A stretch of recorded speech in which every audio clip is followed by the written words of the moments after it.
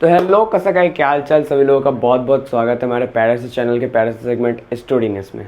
आज की हमारी जो स्टोरी होने वाली वो होने वाली उस पर जब कोई बंदा पहली बार घर से बाहर निकलता है तो क्या सारी चीज़ें होती हैं, सराउंडिंग्स कैसा होता है, क्या सारे सर्कमस्टेंसेस झेलने पड़ते हैं उसको, वो सारी चीज़ों के बारे में आज करने वाले हैं बात। और मैं सुनाने वाले अपने पैरास स्टोरी जब मैं पहली बार घर से बाहर निकला था। तो जिससे नहीं पता, आई एम परसुइंग सीए और इसमें क्या होता है, सीए इंटरमीडिएट लेवल का जब आप एग्जाम दे देते हो तब आपको करनी होती है प्रैक्टिकल ट्रेनिंग, जो कि मेरे सिटी में हो नहीं रही थी। तो आई वाज लाइक कि दिल्ली में ही दीदी रह रही है तो वहीं जाके कर लेते हैं, ज़्यादा अच्छा रहेगा। तो मैं और मम्मी, क्योंकि मम्मी भी बहुत दिन से बाहर जा नहीं पा रही थी मेरी पढ़ाई की वजह से, तो बस हम लोगों ने पापा से टिकट करवाई और पैकिंग शुरू कर दिया हम लोगों ने। जब से टिकट कटा तब से 13 दिन थे, तो धीरे धीरे टाइम कटा था, थोड़ा एंशियस, बहुत ज़्यादा एक्साइटेड। फाइनली जाने का दिन आया।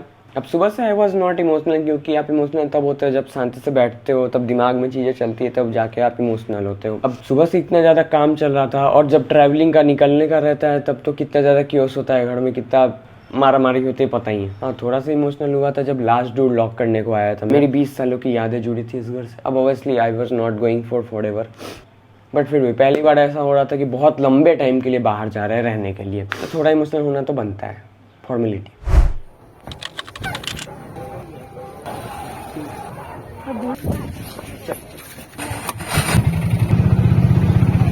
तो हम लोग स्टेशन पहुंचे और स्टेशन पे एक अच्छी बात हुई कि बहुत सारे लोग हम लोग को सी ऑफ करने के लिए आए थे। बहुत सारे लोगों में मौसी लोग और नाना जी थे, और नानी जी तो हम लोग के साथ ही जा रही थी।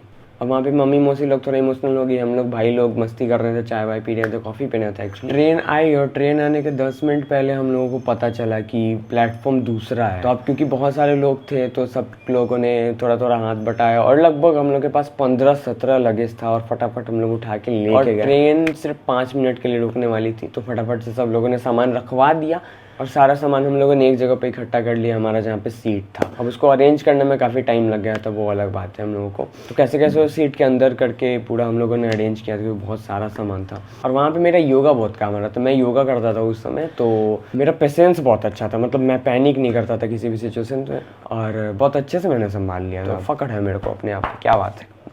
तो मैं सामान वामान जमा के हम लोग बैठे, फिर ऐसा टाइम बीता, रात हुई। तब जब ट्रैवलिंग का टाइम मैं गाने सुन रहा था तब आई गॉट इमोशनल। और वहाँ पे सीन ऐसा हो रहा था कि जैसा गाना चल रहे थे वैसे मेरे अंदर थॉट रहा था। मस्ती वाले गाने चल रहे तो मस्ती वाले थॉट आ रहा, भी दिल्ली जाके मस्ती करेंगे। थोड़े इमोशनल गाने चल रहे थे तो वही मोटिवेशन वाले थॉट्स आ रहे थे करके। और ट्रैवलिंग के टाइम ये इफेक्ट दुगना हो जाता है सॉन्ग का, पता नहीं कैसे। आपके साथ होता है क्या, बताइएगा कमेंट में। अब I don't know, I got emotional इसलिए भी क्योंकि मैं अपना कंफर्ट जोन छोड़ के आ रहा था। कंफर्ट जोन, अब मेरा होम टाउन छोड़ के आ रहा था, जहाँ मेरे इतने सारे जान पहचान, सारा काम आसानी से हो जाता है। ऐसी अंदर से आग लग रही थी कि जाएंगे तो कुछ तो करेंगे, पता नहीं क्या करेंगे। वैसे गए तो थे ज़्यादा पढ़ाई थोड़ी मस्ती करने, बट मस्ती तो हम लोगों ने ऐसे करी कि आगे ज़िंदगी है नहीं, और पढ़ाई घट के चुटकी भर रह गई थी। बस फिर वहाँ पहुँचे हम लोग, स्टेशन पे उतरे और फिर दीदी लोग आई हम लोग को पिक करने के लिए। Obviously we were not knowing where to go. और वहाँ पे सीन ऐसा हुआ कि सामान इतना ज़्यादा था हम लोग के पास कि स्टेशन के बाहर हम लोग लेके जाएँ कैसे। तो कूली वाले को बुलाया गया और वी वर लाइक कि ठीक है 200-250 रुपये लेंगे। वो लोग भैया ने 800 रुपया बोला। तो बस मम्मी ने अपनी बार्गेनिंग की स्किल लगाई और घटा के 500 रुपया कर दिया। लेकिन फिर भी 500 रुपये हम लोग को सिर्फ स्टेशन से बाहर ले जाने में लगे सामान को। इतना ज़्यादा था सामान, इतना ज़्यादा इसलिए था क्योंकि उस समय हम लोगों को लग रहा था कि एटलीस्ट 2 साल बाद हम लोग आने वाले हैं, क्योंकि मेरी ट्रेनिंग चलेगी और फाइनल के एग्जाम्स होंगे। तो आई वाज लाइक कि वहीं पे दे देंगे। तो ऐसा हम लोग मन बना के गए थे। अब एक्चुअल में क्या हुआ वो आपको पता चलेगा पार्ट 2 में। वो देखने के लिए आपको करना पड़ेगा छोटा सा वेट। अब जब मैं निकल रहा था दादाजी ने मेरे को 40 रुपये दिए थे, 10 के करारे नोट दिए थे 4, जो मेरे पास आज तक है। मैंने खर्चा नहीं किया, कितने भी बुरी कंडीशन आ गई मैंने खर्चा नहीं किया। आई वाज लाइक कि मेरे को ये रखना है अपने ज़िंदगी भर। और दादी ने भी 100 रुपये दिए थे, तो वो 100 का नोट था, तो मैंने खर्चा कर दिया, कोई भारी नोट था।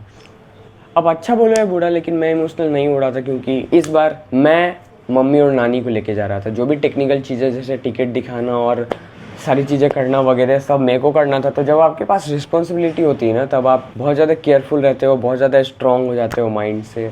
हाँ, वही अगर बचपन में होता, मतलब मम्मी मेरे को लेके जा रही होती, तब मैं बहुत ज़्यादा इमोशनल हो जाता हूँ ऑब्वियसली। एक और चीज़ होती है, जब आपके पास रिस्पॉन्सिबिलिटी आ जाती है ना, तब आप सफ़र का उतना ज़्यादा मज़ा नहीं ले पाते हो, क्योंकि आपको थोड़ा सा ऐसा चिंता रहता है कि सामान वामान भी देखना है करके।